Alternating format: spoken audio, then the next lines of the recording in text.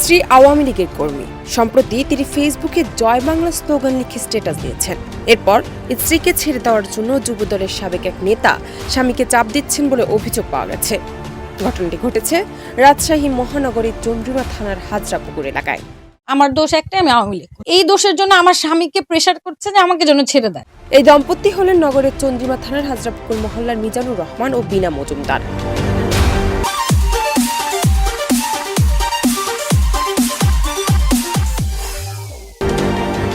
জানা যায়, বিনা মজুমদার গৃহিণী ও শাহ মখদুম থানা আওয়ামী লীগের কর্মী।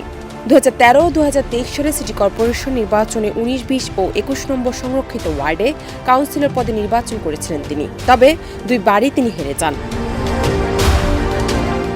পুলিশ ও স্থানীয়রা জানান, শনিবার সন্ধ্যায় শাহ মখদুম থানা যুবদলের সাবেক নেতা মোহাম্মদ সনির নেতৃত্বে কতিপয় নেতাকর্মী মিজানুর রহমানকে মারধর করেন।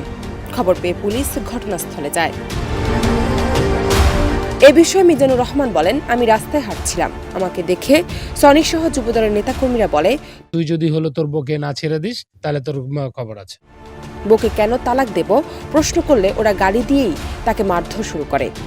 এ বিষয়ে নগরীর চন্দ্রিমা থানার অফিসার ইনচার্জ মতিয়ার রহমান বলেন, কেউ অভিযোগ করলে তদন্ত করে আইনগত ব্যবস্থা নেওয়া হবে। এই ব্যাপারটা যদি লেন্থলি হয় তখন আমি একটা ব্যবস্থা নেওয়ার চেষ্টা করব। জান্নাত নিপু, দেশ রূপান্তর।